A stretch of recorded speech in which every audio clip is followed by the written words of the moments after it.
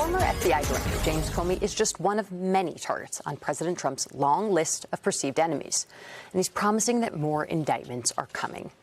It's an enemies list that our next guest knows a lot about. Joining us now, John Brennan, MSNBC senior national security and intelligence analyst and former director of the Central Intelligence Agency. He's currently under investigation by the Trump administration. Thanks so much for joining us this morning. I feel like I have to just quote Nicole Wallace on this, which is, why does President Trump hate you so much? I don't know. I guess it's up to President Trump to say why. But clearly, my engagement with the CIA during the 2016 period, where we uncovered Russian attempts to interfere in the presidential election, where we determined that Vladimir Putin, the president of Russia, was trying to interfere to hurt Hillary Clinton and to help Donald Trump, is something that Donald Trump still does not come to terms with and continues to believe that we tried to undermine his election and his presidency, which is so far from the truth. When I was director of CIA, we tried to do our best to stop the Russians, any country, from interfering in the foundation of our democracy, which is our presidential elections.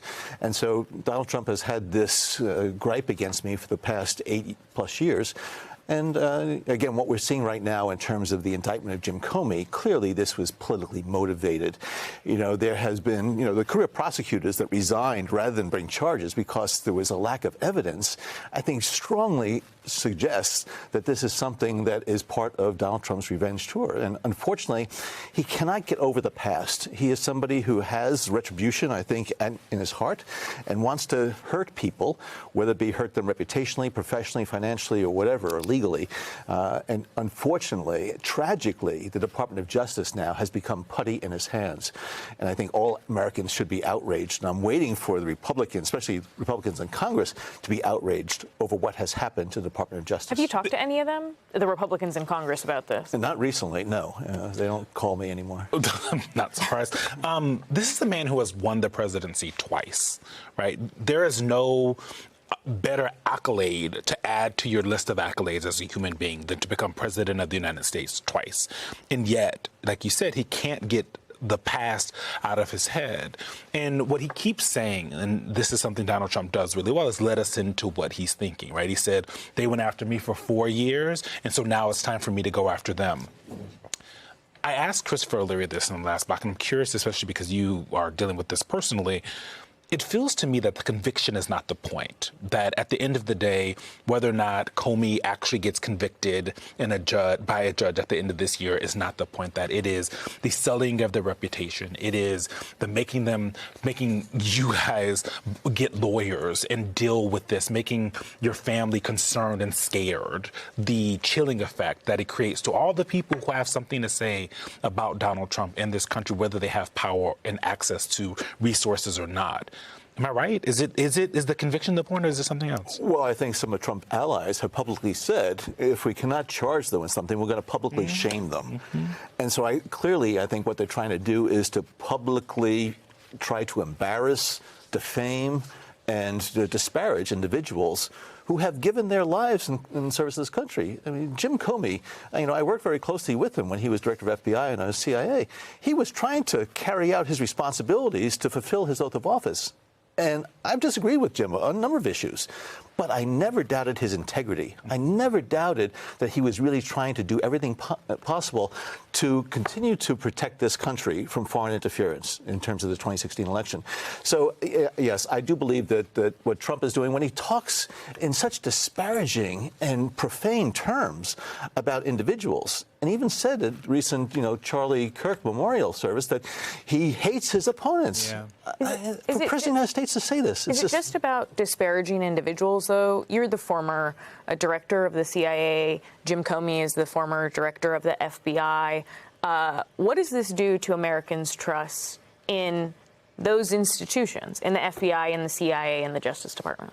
Well, I think certainly it has undermined confidence in the U.S. judicial system or the Department of Justice, first and foremost, because he's using now prosecutions against individuals. But also, I think it makes the individuals within the CIA and the FBI really worry about what it is that a president of the United States may be directing them to do. He doesn't follow not just norms and traditions, but also he pushes the boundaries as far as presidential executive authority. And so I really do think, in talking to a number of people, either recently retired or still in government, they really are questioning whether or not this is what they signed up for and whether or not they can fulfill their obligations, their oath of office, in a way that is consistent with their values and the foundational principles, again, of this country.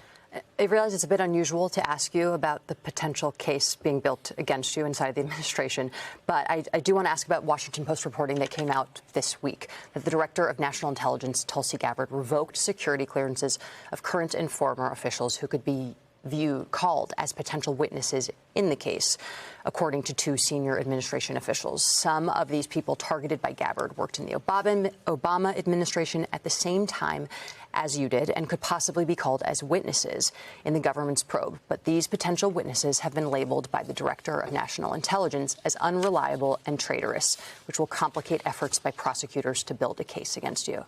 What is your reaction? It was absolutely appalling that she revoked the security clearances of those 37 individuals, some of whom were still in government, and there was no basis whatsoever to do that. Now, the story that says that because of her revocation, it really undermines the case against me, I don't see any case against me. I have looked back on all of my actions and decisions, and with John Durham, the special counsel, and others that have looked at what we did, that was certainly consistent with our legal authorities and with the law. So I don't know what they're referring to there. Individuals who used to work in the government, even if their security clearances were revoked, they could be subpoenaed. They could be, called to provide testimony in support of whatever allegations they have. I don't see a case there. You know who else looked into it? The Republicans who, when they were controlling the Senate, and Marco Rubio was leading that investigation. I know you're not going to like this question because you tell people to talk about yourselves and all of that. But I'm curious how you're doing and how your family's doing, because these moments are, we've talked to Miles Taylor, we've talked to Michael Feinberg, people who are in the crosshairs of these kinds of possible investigations and how it changes your entire life and how you and your family can operate. So how are you? Well, I'm glad that Jim Comey put out that video statement the other night where he said that they're not going to live on their knees, his family, and others shouldn't as well. I'm not going to be intimidated by the likes of Donald Trump. I have always tried to speak my mind and do what I thought was right. And clearly there is a corruption and a perversion of the justice system right now within the executive branch.